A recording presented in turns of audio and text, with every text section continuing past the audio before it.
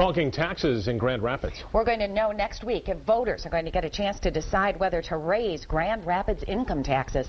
The city wants to raise the rate paid by both residents and non-residents who work in the city, and not everyone who would pay the tax gets to vote on it. 24-hour News 8's Joe LaFurge is at the live desk right now with more on the story. Joe? Susie Bryan, city officials say it is only fair. Let the people decide whether they want to pay more taxes to get city services. But if an income tax increase does make it on the ballot, a little less than a third of those taxpayers will not get a chance to vote.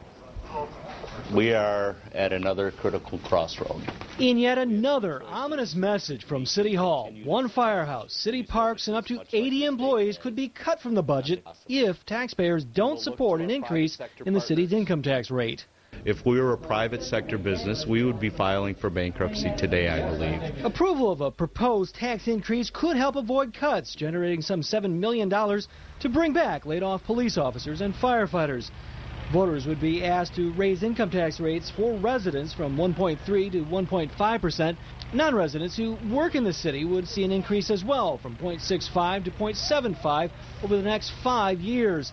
That last group makes up about 30% of the total number of people who pay Grand Rapids income taxes. But under state law, only city residents can vote. Taxation without representation? Perhaps. But is it fair that our non-residents come and receive city services, have city police protection, city fire protection, use city roads? They need to help pay for that as well.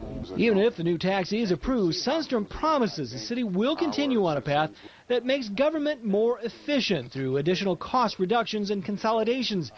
He says the proposed 5-year increase would get the city through the current crisis, while leaders work out a plan to be more sustainable.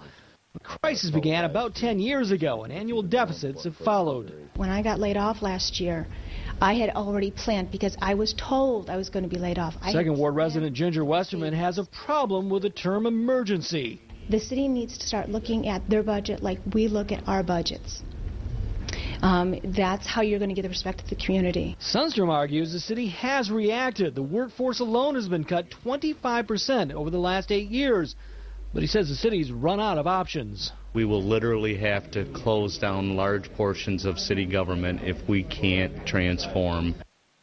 Now, commissioners have scheduled a special meeting for next Tuesday. Will they decide if they're going to put that question on the ballot or not? The public is invited to that meeting as well. It's at 7 o'clock at City Hall. We will be there as well.